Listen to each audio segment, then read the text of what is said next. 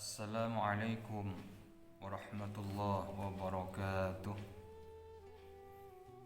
Belum melanjutkan tausiah pengantar puasa di hari yang ke-11 ini, Al-Fakir mohon izinnya terlebih dahulu menyampaikan bahwa pada hari ini tanggal 11 menjelang malam 12 Ramadan tahun ini adalah milad atau hari lahir Al-Fakir yang ke-43.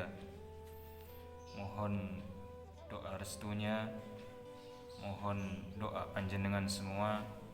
Doakan Al-Fakir mudah-mudahan di sisa-sisa umur yang ada fis-sihhah wal afiyah ma'al barakah fi ta'atillah wa ta'ati Rasulillah. Dan tentu Al-Fakir juga mendoakan panjenengan semua, para jemaah dimanapun berada, mudah-mudahan panjenengan semua demikian pula adanya, insyaallah. Amin amin istajib lana ya Rabb amin. Baik, mari kita lanjutkan kajian tausiah sebelumnya, yaitu khamsatu asya'a tuhbitus shaumah. Kata Nabi ada 5 perkara yang bisa menghanguskan pahala ibadah puasa, dan kebetulan pada hari ini adalah yang kelima, yaitu an-nazru bisyahwatin, memandang dengan pandangan syahwat.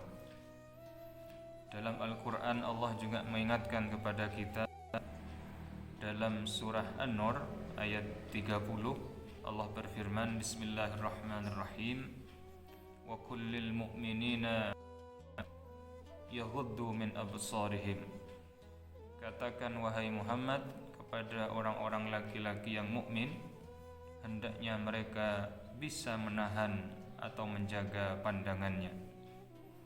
Dan ini tentu juga berlaku kepada kaum mukminat, perempuan-perempuan yang beriman. Karena di lanjutan ayat berikutnya, di awal-awal ayat ke-31, Allah juga berfirman, wa kullil mu'minati yaghdudna min absarihinna. Katakan wahai Muhammad kepada perempuan-perempuan yang beriman, hendaknya mereka juga bisa menjaga dan menahan pandangannya.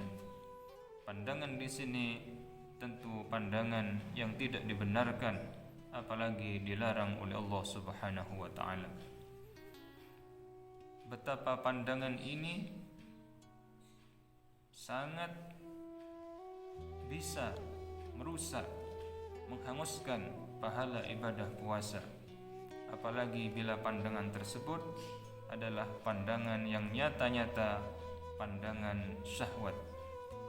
Oleh karena itu Nabi juga mengingatkan kepada kita dalam hadisnya dari sahabat Jarir bin Abdullah radhiyallahu an. Beliau, sahabat Jarir ini bertanya, sa'altu Rasulullah sallallahu alaihi wasallam an nadhril faj'ah fa amarani an asrifa basari. Saya, kata sahabat Jarir, pernah bertanya kepada Rasulullah dari pandangan faj'ah, pandangan mendadak atau pandangan yang tidak disengaja.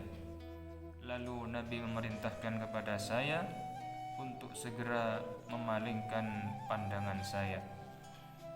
Para jemaah dimanapun berada, pandangan faj'ah, mendadak saja, tidak disengaja, itu Nabi memerintahkan untuk segera memalingkan pandangannya. Tentu hadis ini kalau kita hayati, apalagi bila pandangan syahwat tersebut adalah disengaja. Lebih-lebih lagi bila pandangan tersebut sudah disengaja dan diulangi lagi, na'udzubillah. Tentu ini lebih tercela ketimbang yang tidak sengaja tadi. Karena dalam hadis Nabi yang lain itu datang dari Buraidah radhiyallahu an, Nabi bersabda kepada Sayyidina Ali karramallahu wajhah, sang menantu sekaligus saudara sepupunya, Ya Ali, wahai Ali, la tudbi'in nazrata an-nazrata fa inna lakal ula wa laysat lakal akhiratu. Hendaknya kamu jangan mengikuti pandanganmu yang pertama dengan pandanganmu yang kedua, karena hanya pandanganmu yang pertama yang mungkin diampuni oleh Allah, tapi bukan pandanganmu yang kedua. Dalam hadis ini, kalau kita kaitkan dengan hadis yang pertama tadi, tentu sangat erat sekali hubungannya, di mana pandangan mendadak tidak disengaja saja itu Allah memerintahkan untuk segera memalingkan wajah dan pandangan kita. Sekaligus juga kalau sampai diulangi, maka yang kedua itu adalah pandangan yang dilarang oleh Allah Subhanahu wa ta'ala. Para jemaah dimanapun berada yang saya hormati, kalau kita berpikir bagaimana dengan pandangan kita sudah disengaja, sudah diulang-ulangi, bahkan di lain waktu, di lain hari, terus menerus seperti itu, na'udzubillah, na'udzubillah. Tentu ini adalah jelas akan bisa menghanguskan pahala ibadah puasa.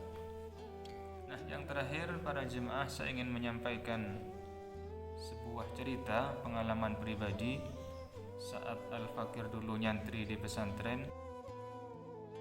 Mempunyai salah satu guru senior, ustadz. Di saat Al-Fakir mengaji masalah kajian ini, beliau menyampaikan wejangan begini: andai kata kamu nanti di rumah punya murid, punya santri usia muda, kok dia itu sudah bisa menjaga pandangannya dari maksiat, dia takut melihat pandangannya ke hal-hal yang dilarang oleh Allah, maka kemungkinan dia sudah menjadi wali di usia muda. Ini kata ustadz saya. Lalu saya bertanya, kenapa demikian ustadz?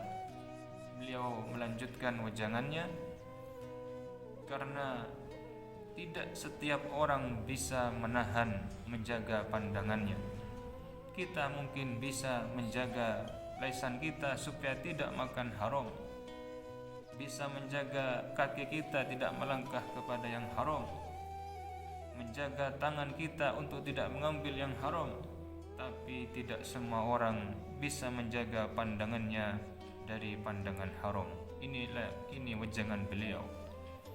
Maka bila ada dalam usia muda sudah menjadi orang yang wara', ini kemungkinan adalah seorang wali. Ini kata ustadz saya. Nah, yang terakhir beliau menyampaikan kepada saya begini, para jemaah, andai kata kau temukan anak usia muda seperti ini, sering-seringlah kau berkunjung, sowan ziarah kepadanya, mintalah doa kepada dia, karena insya Allah doanya diijabah oleh Allah Subhanahu wa ta'ala. Inilah para jemaah pengalaman cerita pribadi yang Al-Fakir dapatkan dari guru saya. Al-Fakir tentu berpikir memang betapa beratnya, betapa sulitnya menjaga pandangan mata dari pandangan maksiat, pandangan syahwat yang dilarang oleh Allah Subhanahu wa ta'ala. Oleh karena itu, marilah senantiasa kita selalu berusaha ikhtiar bagaimana supaya kita ini benar-benar bisa menjaga pandangan kita. Seraya terus berdoa memohon kepada Allah, mudah-mudahan Allah selalu menjaga pandangan kita, menjaga ibadah puasa kita agar tetap bernilai, berharga, sempurna di hadapan Allah Subhanahu wa ta'ala. Sekian para jemaah, mohon maaf dan terima kasih. Wabillahi taufiq wal hidayah. Wassalamualaikum warahmatullahi wabarakatuh.